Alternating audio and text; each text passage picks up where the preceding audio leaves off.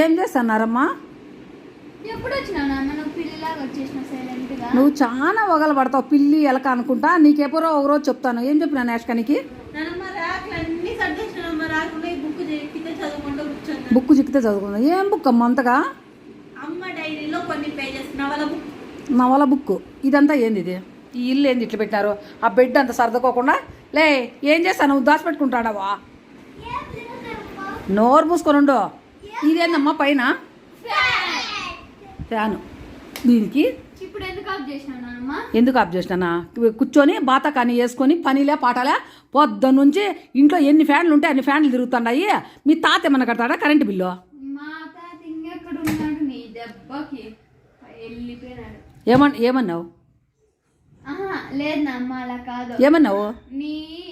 నిన్ను వదిలేసి నిన్ను బాధ పెట్టి చనిపోయినాడు అన్నాను. ఆ మాట అన్నావా? నీ దెబ్బకి భయపడి వెళ్ళిపోయినాడని ఇప్పుడు ఇంచే ఏంటంటావా? నీకు వినపడలేదు నాన్నమ్మ సరిగ్గా? నాకు వినపడదు. ఏమ్మా? కాదమ్మా, అయినా నువ్వెందుకు ఫ్యాన్ పెట్టించినావు?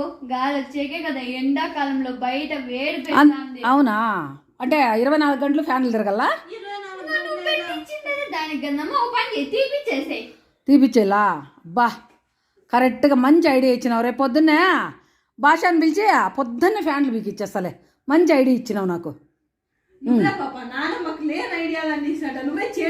లేదు 24 గంటలు ఫ్యాన్లు వేసుకొని 2000 రూపాయలు ఏమన్నా వచ్చింది బిల్లు, కరెంటు బిల్లు. మనమేమన్నా కోటీశ్వర్లా? మళ్ళీ ఏమన్నా ఎలక పిల్లి ఏం చేస్తా? ఫస్ట్ లేచి ఇవన్నీ సర్ది రండి బయటికి. ఫస్ట్ ఫ్యాన్ లేదు చెప్పినావు కదా, పొద్దున్న పీకి ఇచ్చేస్తానులే. మంచి నీకు థ్యాంక్స్ ఆ మాట చెప్పిన దానికి. ఏయ్ లేసి పని చేయండి.